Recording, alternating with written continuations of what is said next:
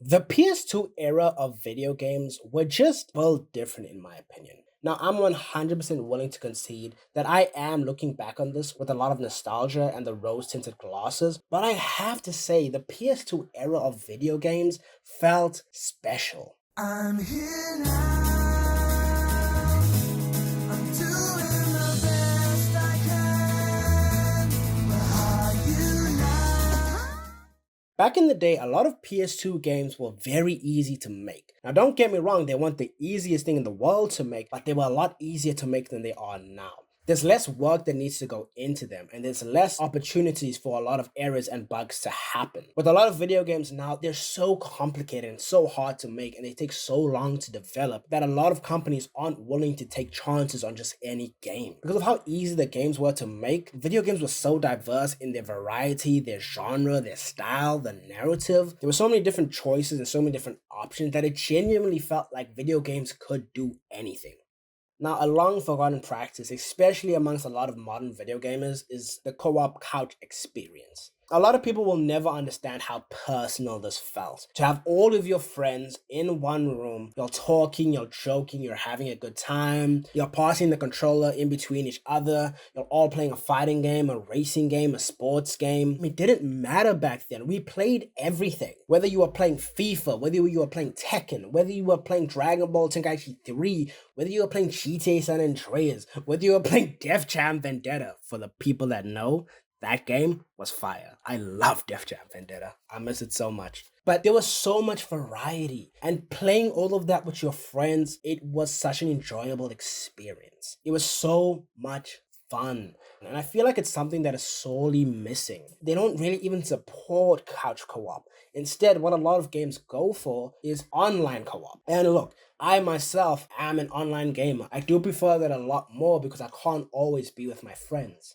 But there was something special about couch co-op. It was personal. I don't think it can really be matched. I do miss it. It's a dying art these days, but I miss it with all my heart.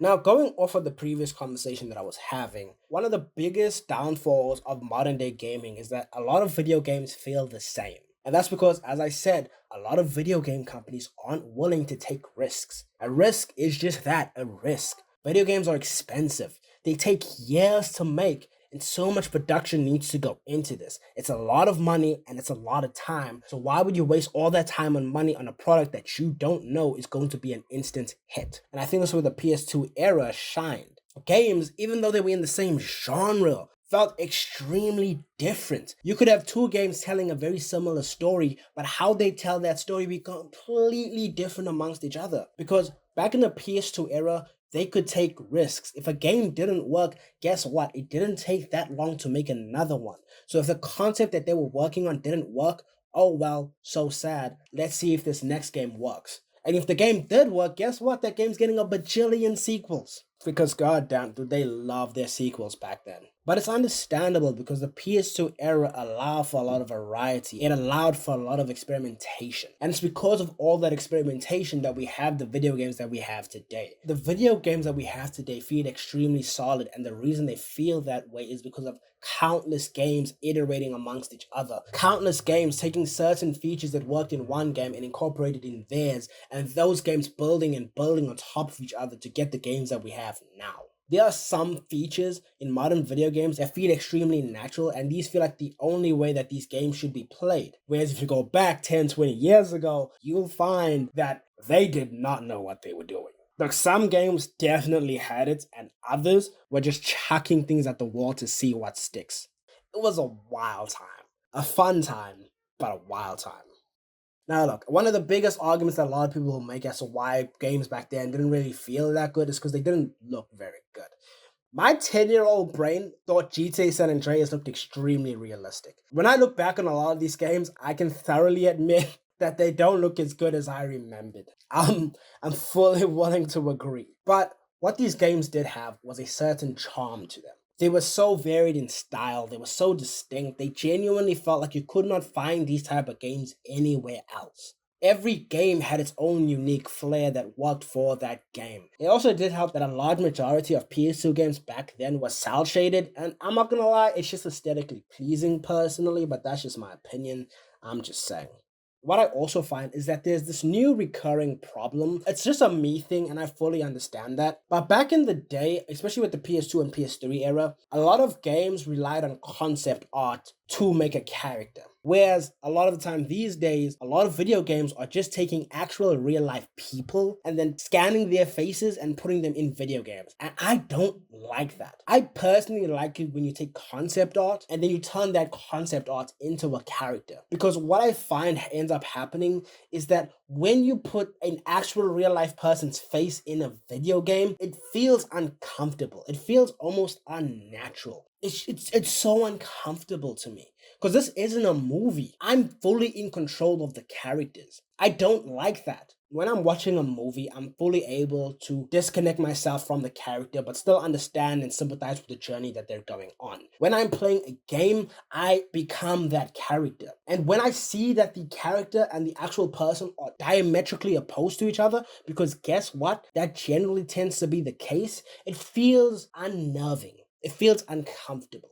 But again, that's just a me thing. I know a lot of people aren't gonna agree, but I don't like it. I really don't like it. It makes my skin crawl. I don't. Ugh. I don't like it. Was like a massive ick. Like, massive. Now, I think another reason why the PS2 era of video games felt so good is because a lot of the time we didn't know what was happening in the gaming industry. There's a lot of readily available information to tell you what's actually happening in the gaming industry, and that does take away the allure from gaming. Because I know so much about gaming companies, and how the process of making a video game works, the allure, the mystique of video games is gone. Now, I think what also did add to this is back then, I was a lot more accepting. A lot of PS2 games have a lot of issues technically. But back then, I was a lot more accepting of this. And I think because of how video games now work, where they're getting updated all the time, I'm a lot more critical of these games, and I'm a lot more critical of these flaws. Now, I am more lenient on bugs and stuff, because generally what tends to happen is that those get patched out fairly quickly. So I find that those aren't that big a deal as some people make them out to be.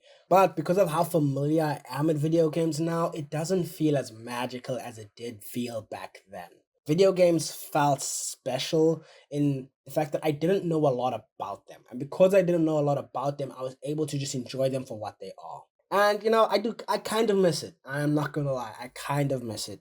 Now, one of the biggest, I'd argue, the biggest difference between back then and now is how transactional everything feels. Video games back then just felt like I'd pay a certain amount of money to play the video game, and then whatever's in that video game is just for me, and I don't need to pay any additional costs. And I think that also did add, because now video games feel like a product. How much skins are being added into video games, and how much DLC, expansions, and all this stuff, it takes away from video games. It makes them feel less special. So that's why when you get a game like Baldur's Gate 3, where there aren't DLCs, where there aren't expansions, where there aren't skins that need to be purchased, it feels so rare. It feels so jarring, because you're so used to video games just being product, that when a video game is just a video game, it's jarring to you. Even though personally, I don't mind microtransactions, I think there are some instances where it's not that big a deal, and some people make it a big deal when it's not. But I can agree that microtransactions in video games make them feel less special. All this to say, I miss the PS2 era. But more specifically, I miss being a kid. And I think that's what I miss more. Me being young, I had less responsibilities, I had less problems to worry about. It was just me, my friends, and video games. It was simple. It was a simpler time, and it was just an enjoyable time. And more than anything, it's just the nostalgia that I had for these games. I praise the PS2 era, and there are things to praise it for and things to criticize it for, but the reason I look fondly on it is because those were the most fondest memories I had. The PS2 era was very special to me and a lot of people growing up in my generation. And I just wanted to express how much I love the PS2 and how much I love that era of gaming. And for better or worse, I don't really think we'll ever be able to get back to that era of gaming. But hey, I still have all the memories, and I still have all the games, So you take what you can get, I guess. The PS2 era was truly built different. And that will always be a time in my life that is very near and dear to my heart. But a thing isn't beautiful because it lasts. It's a privilege to be among them. Video games will always be special to me, and video games will always be a part of my life in one way, shape, or form. I just miss a certain time in my life where all I had were video games, because it felt special. But what is grief? If not love, persevering. But that's all I have to say today. Please let me know what you thought. Were you part of the PS2 era? Do you remember what it felt like? Because I do. And I really miss it. I do. But also, please do like and subscribe. I'd really appreciate it. And please share the video and comment down below. I'd appreciate all the YouTube things. I really do. If you like what you heard, please leave a like. If you didn't like what you heard, thank you for listening this long. I still appreciate you. And I hope everyone has a fantastic day. And I just want to say again, thank you for listening. God bless. You're amazing. Thank you for being here, and I hope to see you here again. Bye bye now.